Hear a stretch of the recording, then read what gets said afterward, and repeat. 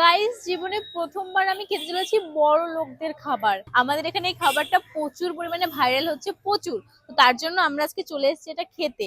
আর এটার নাম I think tiramisu. এবার এটা কাদের খাবার, মানে কোরিয়ানদের খাবার না কাদের খাবার আমি জানি না। ফার্স্ট টাইম ট্রাই করবার, দামও কিন্তু অনেক নিয়ে এসছে। আমার বয়ফ্রেন্ড আমাকে এই বড় লোকদের খাবার খাওয়াতে নিয়ে এসছে। আমি একদমই আসতে চাইনি, যেহেতু এটা মানে অনেক বড় লোকদের খাবার। কিন্তু ইউনিক খাবার যদি পাওয়া যায় আমাদের এখানে, সেটা মিঠুন অলওয়েজ আমাকে নিয়ে আসে ট্রাই করানোর জন্য, মানে আমাকে সেটা খাওয়াবে। তো অনেকদিন আগে, বেশ কয়েকদিন আগে আমচি বলে একটা আইসক্রিম ভাইরাল হয়েছিল, তো সেটাও আমাকে কিন্তু কিনে খাইয়েছিল। তো আজকে নিয়ে এসছে এই তিরামিসু খাওয়াতে। এবার জানি না এটা টেস্ট কেমন, আমি খাবো। আমি ভয় পাচ্ছি যে এটা কাদের খাবার, মানে কোরিয়ান না অন্য কারো, তাও জানি না। বাট বড় লোকদের খাবার গাইস, অনেক দাম, মেহেঙ্গা। তিরামিসু মেহেঙ্গা খাবার।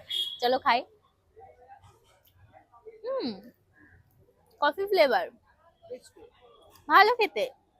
হুম, এইটুকু একটা খাবারের দাম গাইস কতগুলা টাকা নিয়ে আনিল আমাকে দিয়া। এবার হচ্ছে কি মিঠুন খেয়ে দেখবে এটা টেস্ট কেমন কেমন।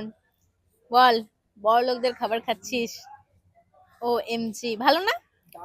আমারও ভালো লেগেছে, কারণ এটা হচ্ছে কফি ফ্লেভার। এই দেখো, এইটুকুনি, জাস্ট এইটুকুনি একটা খাবারের দাম কত গাইস, কি কব আর তোমাকে, সিরিয়াসলি। আমার বয়ফ্রেন্ডের অবস্থাটা জাস্ট দেখো, চেটে মেটে খাচ্ছে। আরে বুঝলাম এটার দাম অনেক, তাই বলে এরকম চেটে খাওয়ার কি আছে ভাই? বাটিটা তো ফেলা, লোকে কি ভাববে? সিরিয়াসলি।